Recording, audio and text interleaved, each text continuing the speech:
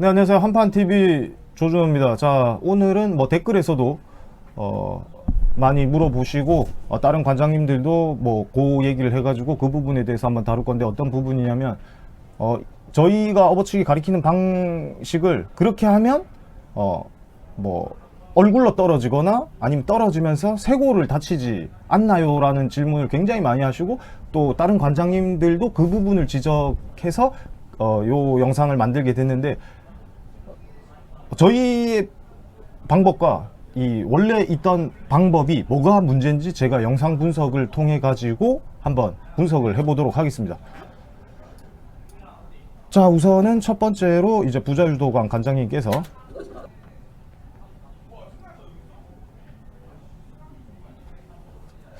자, 여기서 최대한 지지대를 만들어서 그 볼, 내 어깨, 그러니까 이 뭐 볼 형태로 만든다라고 하는 것 같아요. 그리고 두 번째로는 화경유도관 관장님도 뭐 저희랑 하는 컨텐츠와 본인의 컨텐츠에서 이 부분을 가장 강조를 하시더라고요. 자, 원의 형태에서 그 상대를 그 위에 올려두고 감아주는 형태를 계속 설명을 하고, 이 전방 낙법을, 업어치기를 전방 낙법을 하는 형태로 얘기를 하시는데, 이 형태로 하게 되면 오히려 더 쇄골을 다치거나 이 안면 낙법을 하게 돼서 다칠 확률이 굉장히 큰데, 그게 실제로 나오고 있어요. 심지어 이 본인과 본인 제자들에게도 지금 나오고 있거든요. 많은 분들이 지금 이 모습 때문에 그런 것 같은데, 자, 보시죠. 자, 이런 식으로, 자, 업어치기를 이제 들어갔어요. 자, 들어간 상태에서 볼을 만들다거나 아니면 이 전방 업어치기 들어간 상태에서 전방 낙법 형태를 만들다거나 하면 내 머리 위로 상대방을 벗겨서 던지게끔 되는데, 그렇게 되면 상대방이 이렇게 정면으로 꽂히게 되고, 이런 식으로 꽂히게 되면 쇄골을 다칠 확률이 굉장히 크단 말이에요.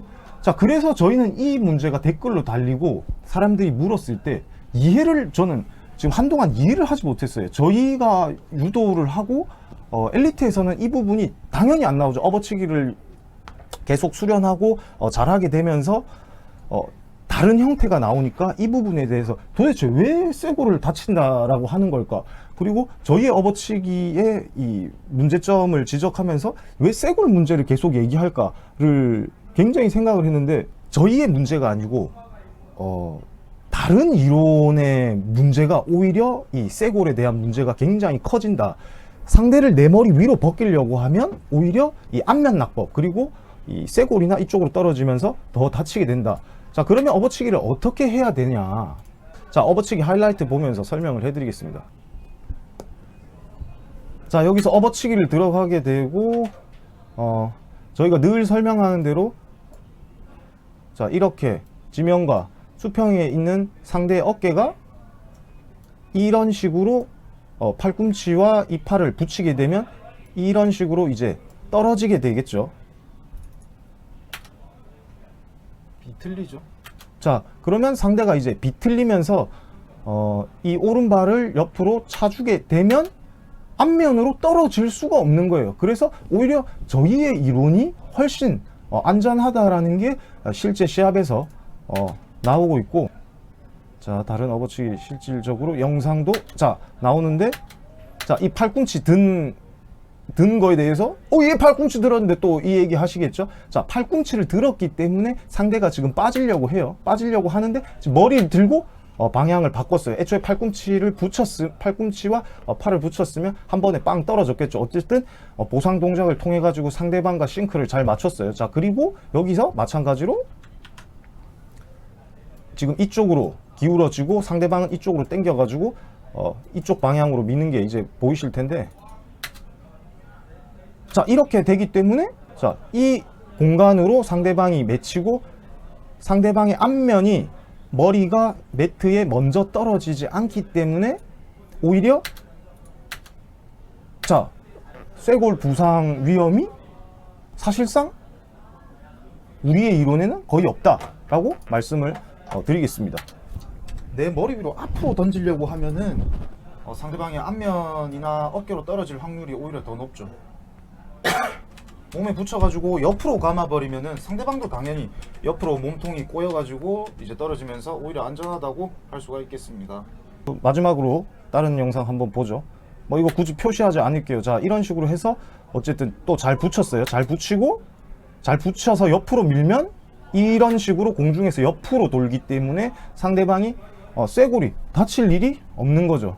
자, 그 다음에 화경유도관 관장님께서 그 업어치기 역학에 대한 영상을 올리고 내리셨는데, 그 영상에 저희의 발 모양에 대해서 이제 지적을 하셨어요. 그게 어렵다고. 자, 어려운데, 자, 이 업어치기를 그러면 안면 낙법이 안 되게끔 하려면 또 어떤 게 필요하냐? 상대방을 붙이고 내 머리 위로 벗기는 게 아니고 내 팔꿈치, 팔을 붙여서 상대방을 이 사선으로, 저희가 업어치기에서 선을 그리면서 늘 말하는 사선으로 회전력으로 이 기울여야 된다라는 걸 말씀 늘 드리는데, 그 부분과 함께 이 발 모양이 중요한데, 발 모양을 지금 이런 식으로, 자, 이런 식으로 이런 발 모양을 채택하게 되면 내가 앞으로 쏠리기 때문에 필연적으로 상대방은 내 머리 위로 벗겨지게 될 수밖에 없고, 내 머리 위로 벗겨지게 되면 이런 안면 낙법이 굉장히 위험한 상황이 발생되는데, 화경유도관 관장님께서 가장 최근에 올린 영상에서 이 발 모양이 저희만 가리킨다라고 말씀을 하시고 굉장히 어렵다라고 말씀을 하시는데, 이게 굉장히 어려운 게 아니고 업어치기를 잘하고 상대방을 안전하게 넘기려면 선택이 아닌 필수다를 또 설명드리도록 하겠습니다. 자, 이노우에 선수 업어치기 영상인데, 지금 발 모양이 저희가 늘 말하는 대로 돼 있죠. 업어치기를 잘 하려면 상대방을 제대로 던지기 때문에 안전하게 던지려면 반드시 이 발 모양을 채택하게 되는데, 자, 보시죠. 자, 이렇게 들어가야지만이 상대방을 요렇게 비틀어서 던질 수 있고, 이 발로 밀어서 상대방의 머리가 안 닿고 맺힐 수 있기 때문에 안전하다. 자, 그리고 이 영상 같은 경우에도 살짝 앞으로 벗겨지는 모습이 있지만, 그 부분은 이제 업어치기 선수가 아니기 때문에 이 팔 부분을, 저희가 늘 말하는 이 팔꿈치 팔 부분을 바짝 당겨주지 않기 때문에 이 공간이 떠서 앞으로 살짝 벗겨지는 느낌이 나왔지만, 이 왼발로 옆으로 잘 밀었기 때문에 상대방은 적당히 사선으로 떨어졌기 때문에 안전하게 이제 떨어졌다. 네, 그 다음에 이노우에 선생님 방금 이제 앞으로 마무리하는 동작이 나왔는데, 빨리 몸을 더 옆으로 틀어가지고 꼬아줬으면은 훨씬 더 쉽게 마무리가 될 수 있는 그런 장면이죠. 자, 마찬가지로 저희가 늘 말하는 발 모양이 보이고요. 자, 이 발 모양이 나올 수밖에 없습니다. 왜냐하면 이 회전을 통해서 업어치기가 들어가는데, 그 회전에 순응하려면 이렇게 발 모양이 나올 수밖에 없고, 바로 주저앉듯이 이 친구 마지막에 밀려고 발 저렇게 세웠네.